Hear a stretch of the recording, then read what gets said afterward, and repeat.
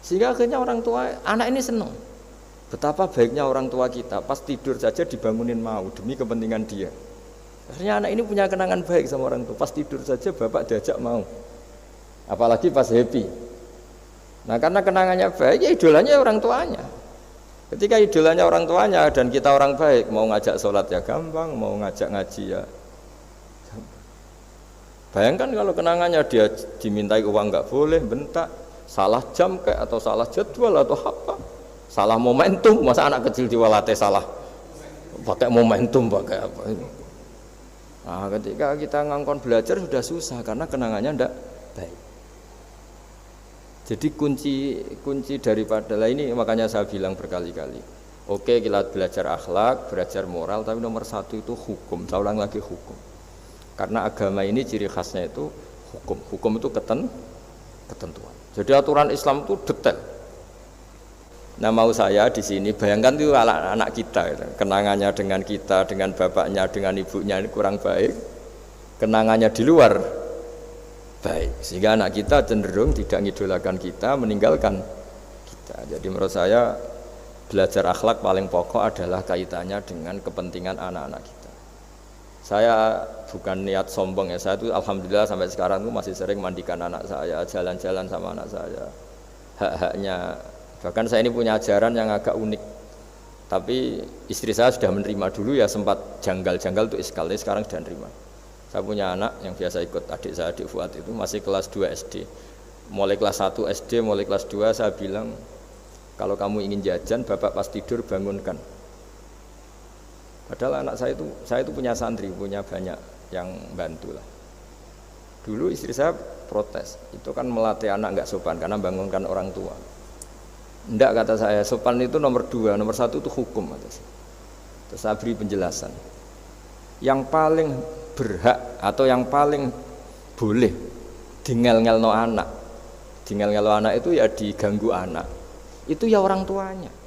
Masa anak mau jajan yang harus ribet pembantu, mana anak mau jajan yang harus ribet orang. Yang paling boleh diganggu oleh anaknya ya orang tuanya. Itu hukum kata saya. Akhlak nomor 2. Sehingga barokahnya hukum itu, saya ulang lagi, barokahnya hukum itu, kalau anak ini terpaksa pembantu itu pas lalai, pas kita tidak nyalahkan, kan kewajibannya di kita. Akhirnya kita menjadi tahu, baru istri menjadi tahu, yang paling berhak diganggu anak ya orang tua. Itu hukum.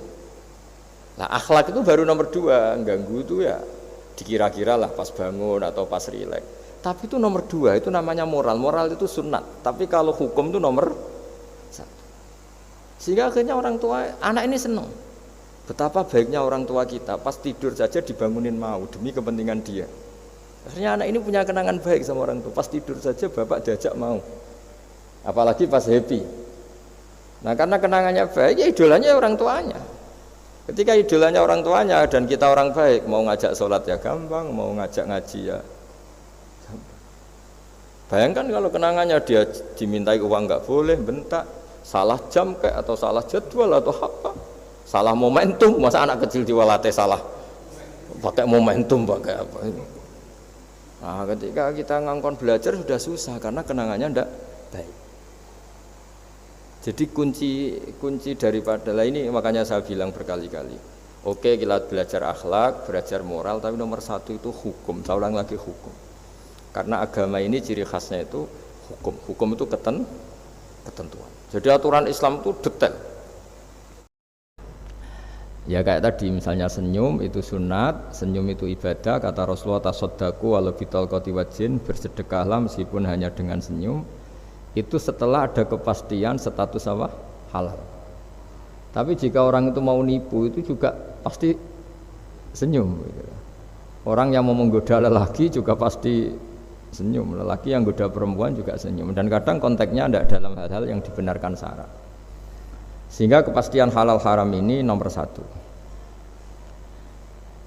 Terus kedua, akhlak ini yang menurut disiplin fikih ini memang agak jelimet ya, tapi nanti Anda mudah memahami. Akhlak misalnya ekspresi senyum atau ceria itu dianggap sunat. Kalau dalam fikih dianggap sunat. Sunat itu ya tidak sampai wajib. Tapi ada konteks tertentu yang sunat ini menjadi wajib. Misalnya kita sebagai dai ya, sebagai ustadz itu orang-orang yang nakal ini bawaannya senyum, ramah itu. Tapi kita yang ustadz ini bawaannya merengut, cemberut, sehingga kecenderungan orang itu ngidolakan yang nakal. Wasallam.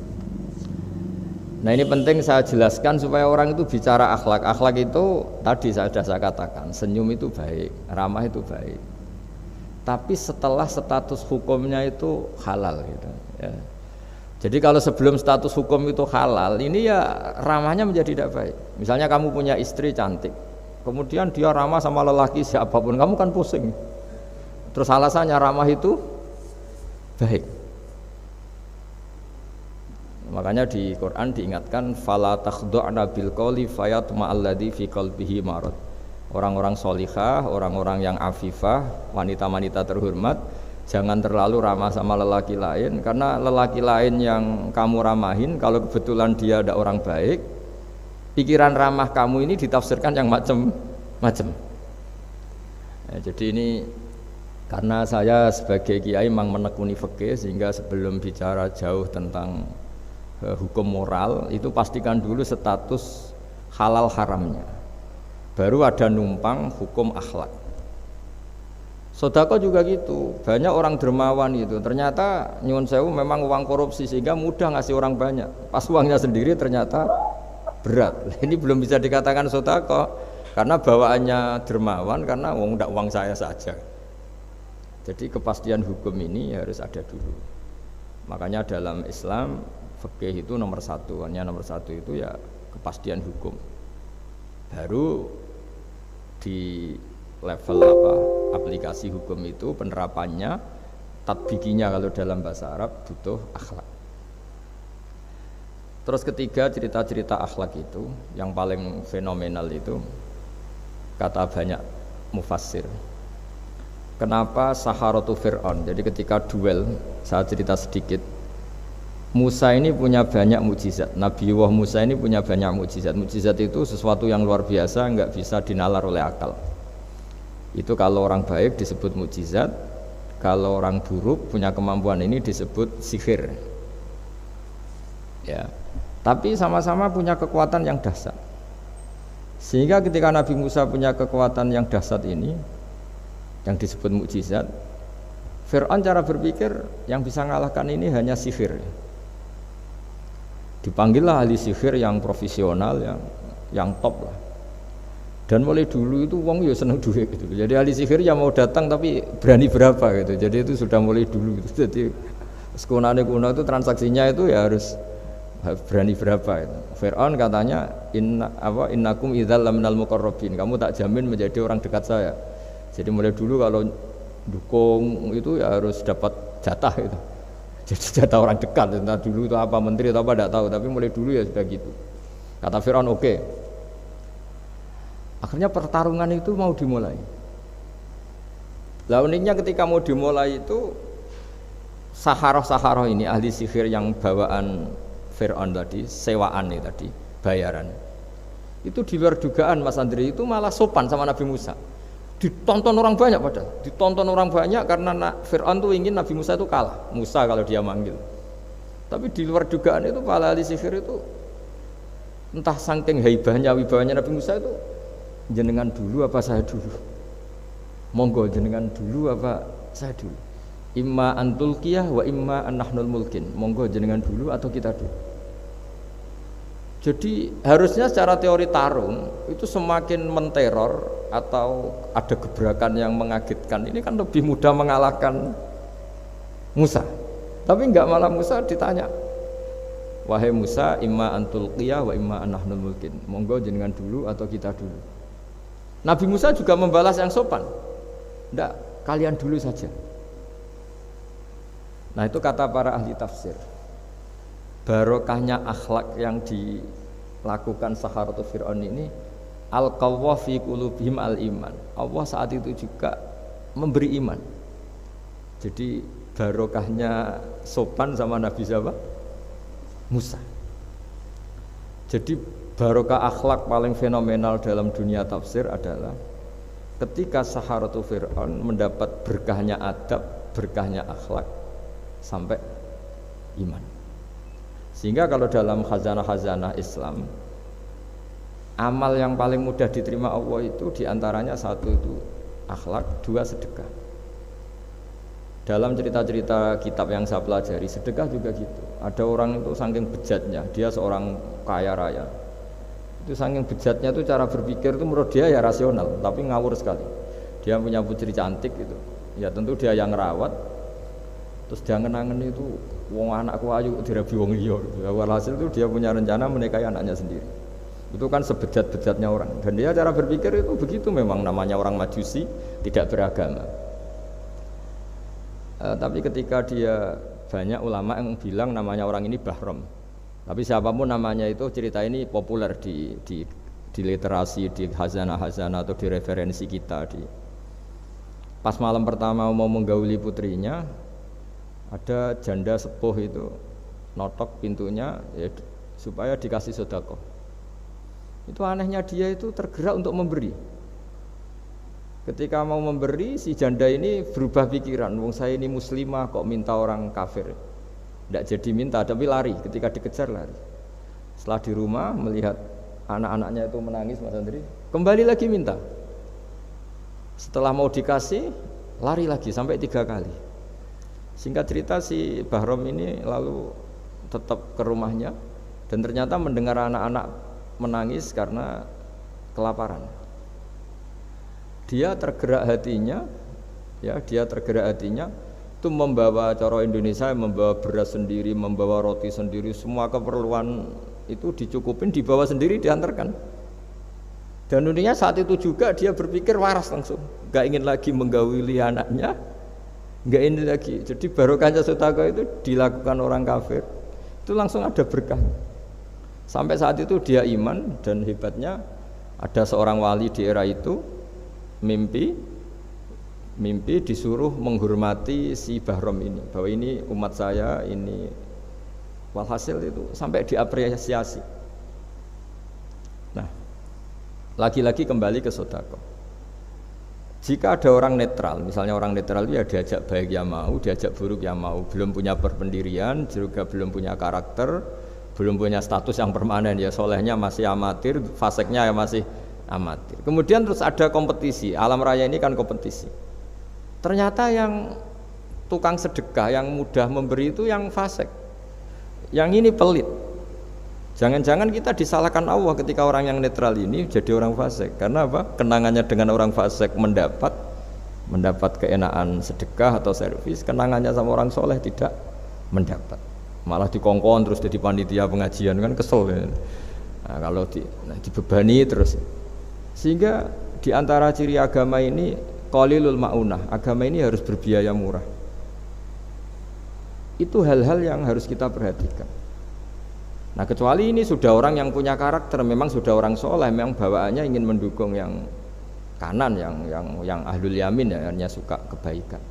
Ini kan kita bicara orang yang belum punya karakter. Kalau yang soleh kan karuan, dirayu yang ini sudah tidak mau, meskipun yang ini ngel-ngelo terus tetap nggak masalah yang kanan ini. Nah, ketika kita ngelola anak Mas Andri ini, Mas Dwi ya, ini karena yang ada jadi saya pakai contoh. Saya punya kenangan dalam hal ini itu sangat miris ya. Ada orang sepuh soleh, cerita anaknya itu sekarang kerja di Jakarta tidak sholat, padahal itu ya orang soleh, orang baik. Dan dia kenapa datang ke saya? Karena minta maaf dulu pernah dengan tanda ketik pernah menyalahkan bapak saya, menyalahkan kiai-kiai yang lunak. Bapak saya dulu ya di dalam ada TV, ya ada sepeda motor, ya umumnya orang. Ternyata kasusnya itu sederhana Mas Andri. Anaknya kiai ini, orang soleh lah, itu karena saking ketatnya itu di rumah nggak ada TV, juga nggak ada motor. Sehingga kenangan pertama lihat TV ya di servis orang yang nyuwun sewu tidak sholat. Kenangan pertama pakai motor ya dipinjemin orang yang enggak sholat. Sehingga bawaannya dia punya utang jasa sama orang yang tidak baik lah gitu.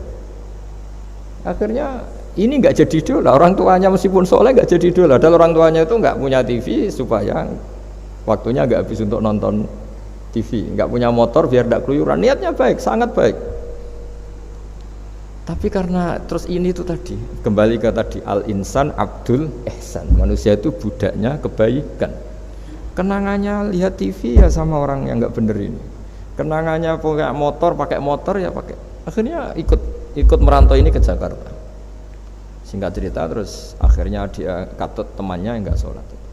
Nah, ini yang di sini jika kamu mengelola agama ini secara tidak simpatik, lanfaddu min khaliq, pasti orang itu bubar. Nah, singkat cerita terus karena dia mungkin orang soleh ya, tetap doanya didengar Allah. Dia nangis-nangis berdoa di depan Allah, terus minta maaf sama kiai-kiai yang pernah disalahkan, yang terlalu longgar sama anaknya. Karena bapak saya termasuk orang yang longgar. Mbah Mun saya tahu di dalamnya ya ada TV, ada motor, umumnya anaknya difasilitasi. Lalah anaknya itu terus diparingi Allah tobat kembali. Terus dia menservis anaknya dengan umumnya orang. Jadi yang bahaya itu bukan tidak ada TV-nya, tapi kenangan pertama tahu TV ini. Bagi anak yang nggak pernah lihat TV itu kan diberi hak lihat TV itu spesial. Sama bagi anak yang sama sekali nggak ada motor itu kan dikasih pinjaman motor itu kan spesial. Jadi kesimpulan dari ngaji akhlak ini harus dikawal supaya mengawal kebaikan. Jangan sampai anak kita, keluarga kita punya utang jasa sama orang yang nggak benar sehingga dia ngidolakannya orang yang nggak. Ya tadi misalnya kadang-kadang orang nggak benar itu ketemu temannya, ayo ngopi-ngopi, beres. Yang ini kita sebagai orang tuanya mau ngopi saja ditanya, jam segini kok ngopi? Apa saja salah. Jadi bawaannya di rumah disalahin, bawaannya di luar dibebasin. Akhirnya kenangannya kan ini buruk. Nah, ini hal-hal seperti ini yang kita harus hati-hatilah ngelola kebenaran. Makanya ada cerita di kitab Risalah Qusyariyah juga diulang lagi di Ihya. Ada orang Majusi. Ya bayangkan dulu itu kan padang pasir, di jalan nggak ada air, juga nggak ada warung Mas Andri, juga nggak ada ATM. Jadi bayangkan dulu. Jadi cerita ini harus dibayangkan dulu. Kalau sekarang kan nggak kebayang ada orang kelaparan di perjalanan. Makanya dulu tuh hukumnya ekstrim. Siapa yang iman billah wal yaumil akhir harus memuliakan tamunya. Dulu tuh ukuran memuliakan tamu itu nomor satu ya dikasih makan. Sehingga kalau ada tamu dari jauh, Nabi itu kalau nggak bisa ngasih makan dilelang. Siapa sahabatku yang bisa ngasih makan? Karena orang itu sekali mertamu ya memang kelaparan betul. Perjalanan 2 hari nggak ada warung, nggak ada ATM, nggak bisa mampir ke kantor cabang minta fasilitas kan nggak bisa. Kalau pejabat kan bisa dari Jakarta mampir Semarang mampir Kragan bisa. Singkat cerita dilelang sama dia, siapa yang bisa? Masyhur kan cerita itu, ada orang yang sebetulnya miskin, saya ya Rasulullah, ternyata yang dikasihkan itu makanan jatah apa? Anaknya, kan masyhur cerita itu. Terus kata dia pulang, terus lampunya pura-pura dimatikan, terus anaknya disuruh menidurkan, terus dia pura-pura nemani makan, padahal hakikatnya yang makan itu hanya tamunya. Saat itu juga Allah menurunkan wahyu kepada Rasulullah SAW. Allah memuji perilaku sahabat ini karena bisa ngasih makan tamu. Jadi dulu itu yang namanya tamu itu kalau nggak dihormati taruhannya nggak iman, karena nasibnya sampai seperti ini karena dulu seperti itu. Nah kembali lagi ke cerita tadi. Tamu makanan atau tamu atau apa sajalah. Itu servis sosial ini nomor 1. Kalau enggak, seorang lagi ya, kalau enggak itu ya orang terus enggak simpati. Nah, sehingga karena taruhannya seperti itu sampai Allah lewat binaan kekasihnya, maka na yu'minu billahi wal yaumil akhir falyukrim dhaifa. Singkat cerita suatu saat Nabi Ibrahim itu punya tamu, orangnya Majusi. Majusi itu enggak mukmin. Majusi itu lebih buruk ketimbang Yahudi, lebih buruk ketimbang Nasrani karena ada ahli kitab sama sekali. Kalau di Quran kan dibedakan, ada kafir ahli kitab yang masih percaya Tuhan, yaitu Yahudi Nasrani, ada yang sama sekali sudah tidak percaya Tuhan. Itu Majusi, nggak punya kitab. Orang Majusi datang ke Nabi Ibrahim karena beliau terkenal Abu Duyuf, bapak dari segala tamu. Beliau itu nggak mau makan kecuali bareng tamu, bareng anak yatim, saking solehnya Nabi Ibrahim. Saya ulang lagi, bayangkan dulu, memang makan itu luar biasa. Sekarang kan biasa karena tamu sudah makan dulu di warung, nginepnya di hotel, malah kadang disuguhi udah mati makan karena nggak selera, ribet malah tamu sekarang. Malah komplain bila perlu sudah ribet. Nabi Ibrahim itu ketika orang itu kelaparan, ya Ibrahim karena dia enggak mukmin ya manggilnya jangkar. Tolong hari ini saya kasih makan. Enggak, hatta tu'mina, sehingga kamu iman. Singkat cerita orang ini frustasi karena ini tokoh ya. Nabi Ibrahim itu tokoh-tokoh besar muslim ya tentu. Akhirnya dia putus asa. Putus asa terus sudah walla itu sudah balik kanan, sudah ngelunyur saja meninggalkan Ibrahim karena sudah putus asa lah. Saya majusi, dia nabi, dia tokoh Islam pasti tidak ngasih makan. Apa yang terjadi? Saat itu juga Allah karena beliau nabi bisa komunikasi dengan Allah dapat wahyu. Lihat orang itu umur berapa? 70 kira-kira gitu atau 60. Kata Allah, orang itu baru ini loh kelaparan katanya. Dan baru ini juga minta kamu kan? Iya. Dan kemarin-kemarin tidak pernah kelaparan ya baru ini ya. Terus kata Allah, saya yang Tuhan saja ngasih makan dia padahal tidak iman sama saya. 60 tahun. Kamu diminta untuk 1 hari saja kok mensyaratkan apa? Iman. Udah panggil saja supaya makan di kamu. Salah hasil dipanggil akhirnya sama Nabi Ibrahim dikejar. Udah, ayo makan ke saya gitu. Ya gimana? Udah, enggak usah syarat iman, pokoknya makan saja guys. Nah, sudah si makan sama Nabi Ibrahim di servis, tanya orang itu, kok kamu mendadak baik tadi sinis itu ya, ditegur Allah, saya salah katanya. Loh, Allah yang Tuhan itu, menurut kamu Tuhan itu betul negur kamu? Iya. Dia nangis-nangisnya. Ternyata Tuhanmu itu Tuhan betul ya. Saya yang majusi aja diperhatikan katanya. Bahkan menyalahkan kekasihnya kamu katanya. Udah saya mau iman saja katanya gitu kan. Itu ya barokahnya servis tadi. Nah sekarang misalnya kita bertarung di dunia yang bebas ini. Misalnya nyuwun sewu, yang ngasih makan ini nyuwun sewu orang tidak baik, yang orang baik tidak ngasih. Pasti utang jasanya orang ini sama yang enggak baik. Karena kenanya sama orang baik itu udah baik. Nah ini yang dimaksud walaupun tafadzun khalidul qalbi lan faddu min khalid.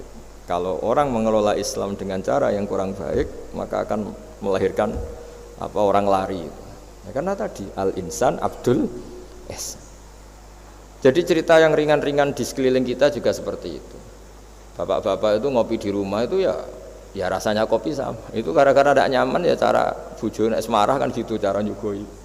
Di warung senyum. Dia sudah akhirnya milih di warung.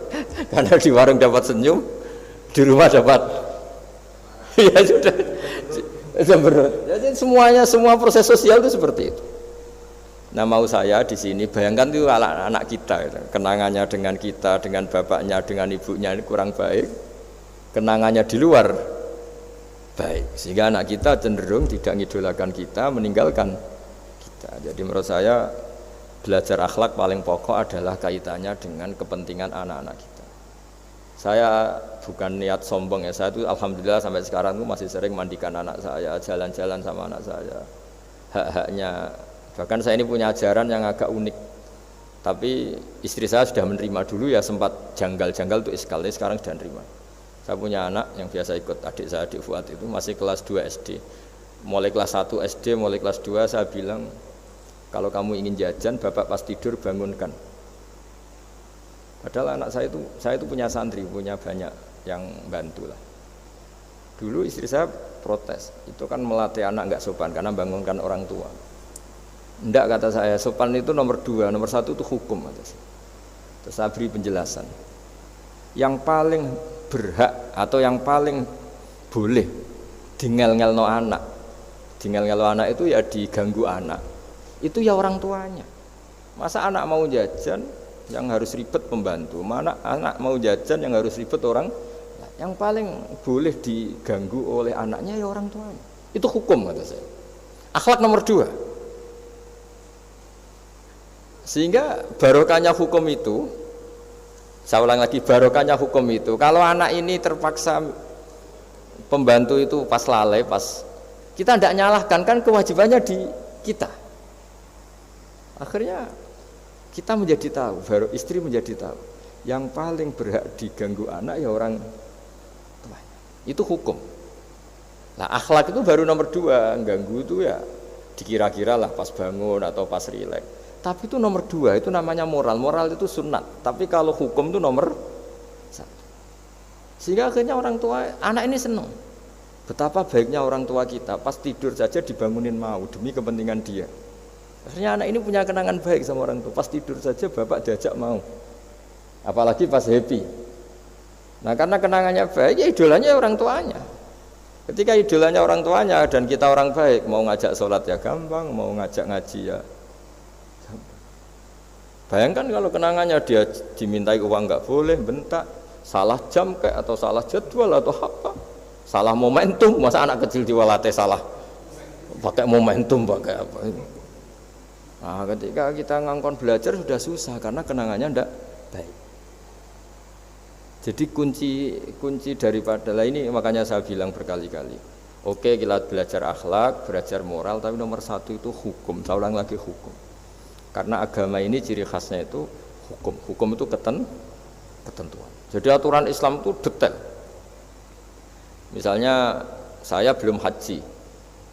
Ya sudah, sebagian harta saya jatah untuk haji itu sudah tidak milik saya, harus dianggap miliknya haji. Sehingga kalau saya meninggal setiap saat, yang boleh diwaris oleh anak cucu saya hanya yang melebihi dari biaya haji. Makanya di Indonesia disebut kaji amanat. Kaji amanat itu orang yang sebetulnya sudah mampu haji tapi tidak kober haji. Itu kalau sudah meninggal harus ada jatah haji yang dianggarkan untuk haji apa? Amanat. Baru sisanya boleh diwaris. Karena ini hukum. Lah nanti di akhirat juga Allah pakai hukum. Kalau ada anak nggak sholat, yang pertama disalahkan orang tuanya. Kenapa ini tidak sholat? Semua kesalahan anak-anak kita adalah dibebankan ke kita. Ya, jadi saya mohon cerita-cerita akhlak ini jangan sampai hanya nyuwun sewu moral dengan arti kenyamanan sosial, tapi kembalikan ke Allah dan apa? Rasul. Sehingga ini yang terakhir saya cerita hadis yang populer sekali. Ada 3 hadis yang populer dan ini sampean semua pasti hafal. Maka na yu'minu billahi wal yaumil akhir falyukrim jarahu. Terus ada yang falyukrim dhaifahu. Terus yang ketiga falyakul khairan aw liyasmut. Berkata baik atau kalau enggak bisa berkata baik ya apa diam. Nah, itu uniknya Islam itu apa Mas Dwi? Uniknya Islam itu tidak pernah membolehkan umatnya terdikte oleh sosial Mas Andri, enggak boleh. Tapi hanya terdikte oleh ketentuan Allah dan Rasul. Jadi Allah cara ngendikan, kalau kamu iman kepada Allah dan Rasul, iman kepada Allah artinya apa? Allah memerintahkan kita berbuat baik sama tetangga, sama tamu, maka lakukan itu. Sekali tidak demi Allah dan Rasul, berarti Anda didikte oleh hukum sosial. Kalau tetangga baik ya kita baik, kalau dia buruk ya kita ikut buruk. Itu artinya apa? Kita tidak didikte oleh hukum Allah dan Rasul, tapi didikte oleh hukum apa? Sosial. Islam itu agama yang hubungannya manusia itu dengan Allah, bukan dengan sosial. Sehingga ketika baik sama tetangga pun itu karena perintah Allah. Sehingga kalau suatu saat kecewa tetangga kita itu kurang ajar misalnya, ya kita tetap nyaman saja karena kita baik itu atas perintah Allah. Makanya masyhur di kalangan ahli hadis ada dawuh Nabi, la takunu imma'atan. Taquluna in ahsanan nas ahsanna wa in dzalamuna dzalamna. Kamu jangan jadi orang yang didikte sosial. Kalau orang baik kamu baik, kalau orang buruk kamu ikut buruk. Itu namanya orang yang enggak punya prinsip. Tapi walakin wattinu anfusakum, kata Rasulullah. Kuatkan prinsip kamu, jika manusia baik kamu akan baik, dan manusia ketika buruk kamu pun tetap ingin baik. Nah, dengan demikian itu berarti kebaikan kamu itu atas perintahnya Allah dan Rasul, bukan atas nama sosial. Sehingga misalnya ada orang birrul walidain, ibunya bawaannya cerewet, mbahnya cerewet, ya tetap baik. Tapi kalau kamu didikte sosial, sekali ibu kamu bawel, dah malas lah ketemu ibu bawel. Nah, ini berarti kamu belum didikte Allah dan Rasul, tapi didikte itu hukum apa? Sosial. Sehingga untuk menutup mauidhah ini, saya sering cerita di mana-mana di kitab Ihya itu ada cerita, ada seorang pemuda yang kurang ajar sekali itu. Ada kiai dipanggil, Pak Yai silahkan ke rumah saya.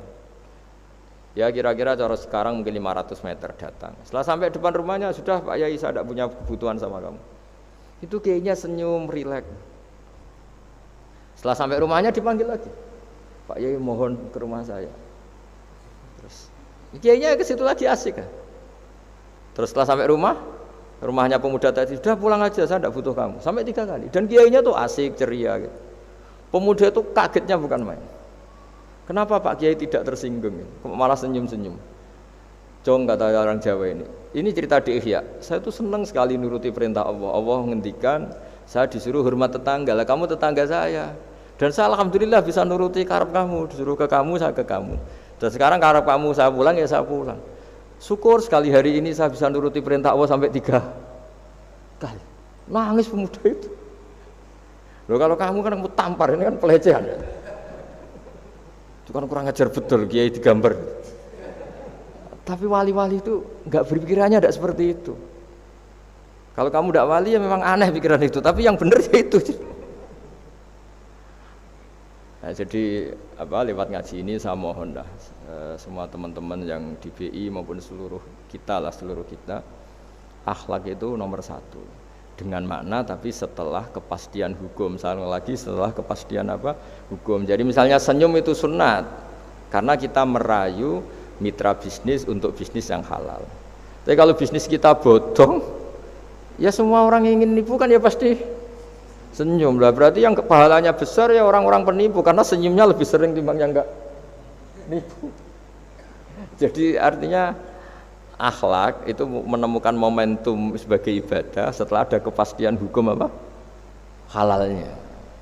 Tapi kalau nggak ada kepastian hukum halalnya, ya ini senyum itu dievaluasi tadi. Misalnya orang ngerayu juga harus senyum, orang nipu juga harus senyum. Ini yang mungkin banyak diabaikan. Saya kira demikian dan mohon maaf karena sebetulnya kalau andekan tadi jalannya normal mungkin saya nggak terlambat. Itu kan banyak lubang-lubang karena itu biasanya kan karena hujan itu. Tapi ya saya suka tetap terlambat biar keren pernah nunggu kiai.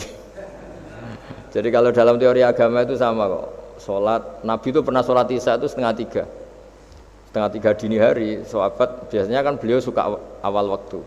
Terus ketika sahabat tanya kata Nabi, malam ini spesial karena kamu lama sekali nunggu sholat. Nggak semua orang malam ini bisa menunggu sholat.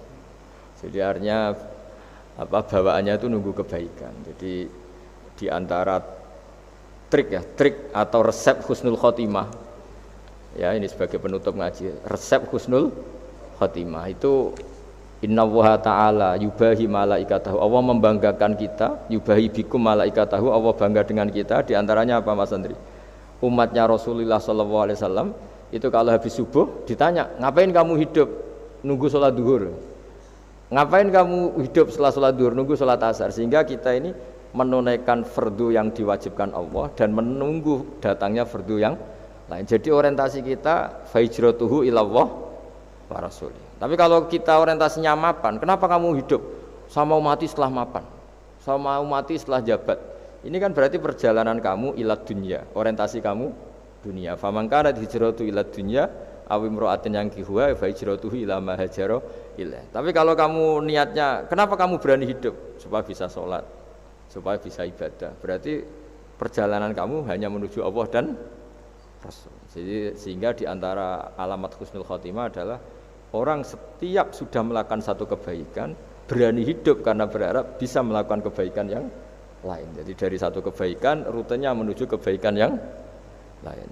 Ya, saya kira demikian dan mohon maaf. Assalamualaikum warahmatullahi wabarakatuh.